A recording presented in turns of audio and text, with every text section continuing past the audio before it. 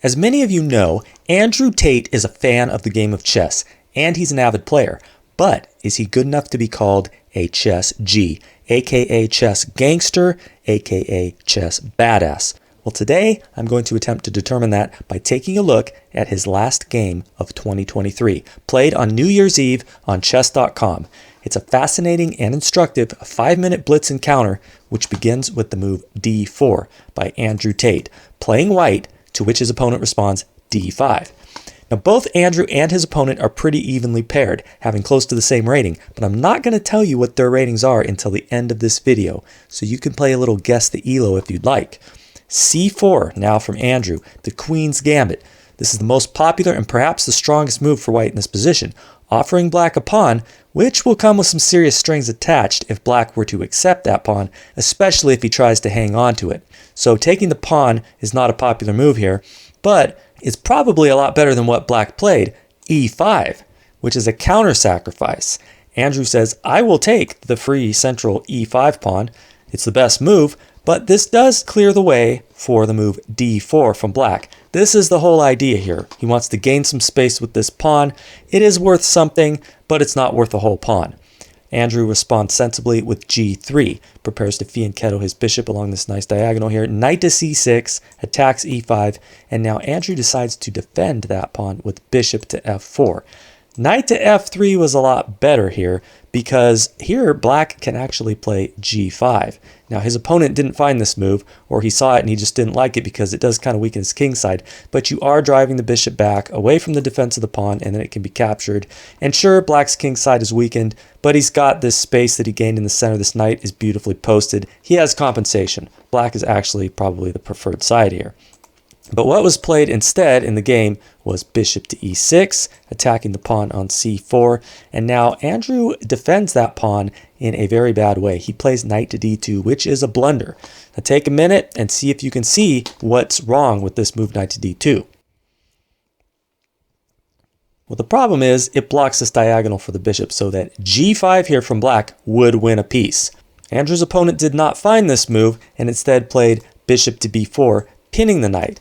And for the next few moves, both players were blissfully unaware of this tactic g5, b3 from Andrew, a5, bishop to g2, a4, looking to open up the file for the rook, knight g to f3. This covers the g5 square with another piece so that there's no longer the threat of trapping the bishop.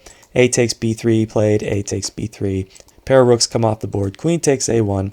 And now a bit of a strange decision from black. Bishop takes d2 check. Andrew responds knight takes d2, after which the astute player will notice that this bishop is again short on squares and can be trapped with the move g5. But here it's no longer winning for black because white has the following sequence that could be played. Bishop takes c6 check, b takes c6, you sacrifice the bishop for a pawn, queen takes g5, knight to f3, hits the queen, okay, queen moves, and then we pick up the pawn on d4. The queen on a1's helping out, and black is actually not up in material since white has 3 extra pawns for the piece.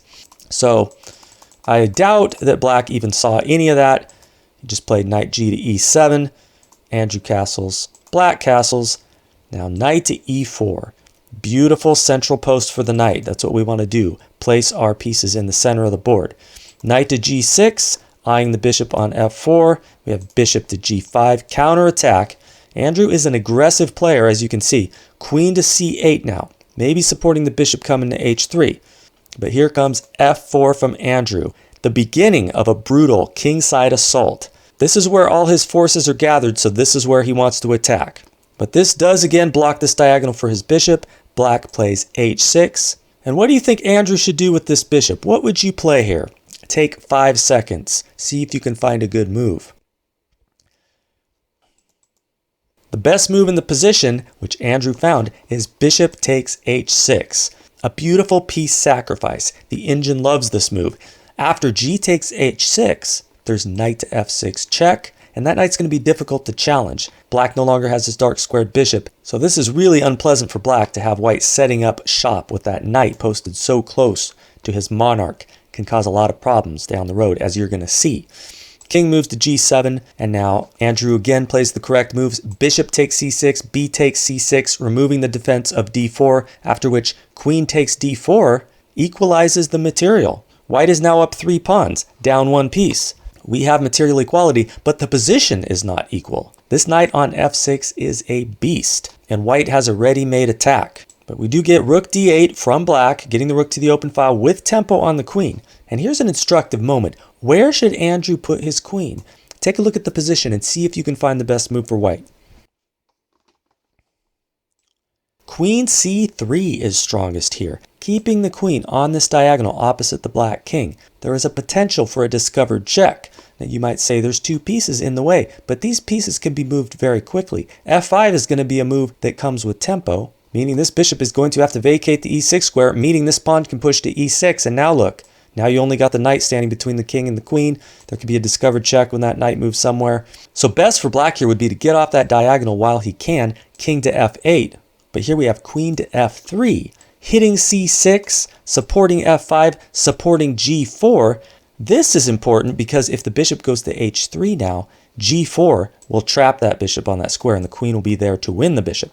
But this is not the road we went down. Andrew Tate did not find the move queen to c3. It's understandable. He played queen to e4, which is more of a human thing to do because it comes with an immediate threat, f5, which is a fork. Now here, if black were to play the correct move, he would play bishop to h3. It's a little different here. The rook is attacked. Let's say you move the rook. Now queen to b7, defends c6, since that pawn was attacked, and also hits b3. This is important because now if white were to try to play g4, trap this bishop here on h3, there's queen takes b3, defending the bishop, which is another reason why having the queen on f3 would have been preferable here. That move, queen takes b3, wouldn't have been possible. But let's get back to the game. What was played instead of the best move, bishop to h3, was a terrible blunder by black. Queen to b7, just allowing the fork, which Andrew Tate did not miss, f5. He's going to pick up a piece. Black said, I might as well grab that f5 pawn. And then after queen takes f5, though, he's hopelessly lost. Andrew Tate is now up 2 pawns with an attack that rages on. With an immediate checkmating threat, which black completely missed, he took on b3, allowing Andrew to execute the checkmating sequence, which begins with knight to h5 check, king goes to h8, we have queen to f6 check, king to h7, at which point Andrew Tate misses a checkmate in one move. Queen to g7 is mate, and he grabs the pawn. The king goes back to h8, queen goes back to f6 check, king to h7, and now he spots it, queen to g7 checkmate. And that, my friends, is how Andrew Tate took down a 1656 rated player on chess.com last New Year's Eve. Andrew's rating at the time of this game, 1631. And I don't know what his highest blitz rating has ever been. I haven't looked at any of his other games, but he convincingly outplayed his opponent in this game. And so to answer the question, is Andrew Tate a true chess G? I would say that based on his rating and the performance I've seen in this game, yes, Andrew Tate would qualify as a true chess gangster, someone who would probably crush the average person who knows how to play the game, an aggressive player who is more than capable of a dangerous kingside assault and who could be a dangerous opponent for someone even rated much higher than him. So thank you everyone for watching. If you enjoyed this content and would like to see more like it, please like and subscribe, and I will see you on the next video.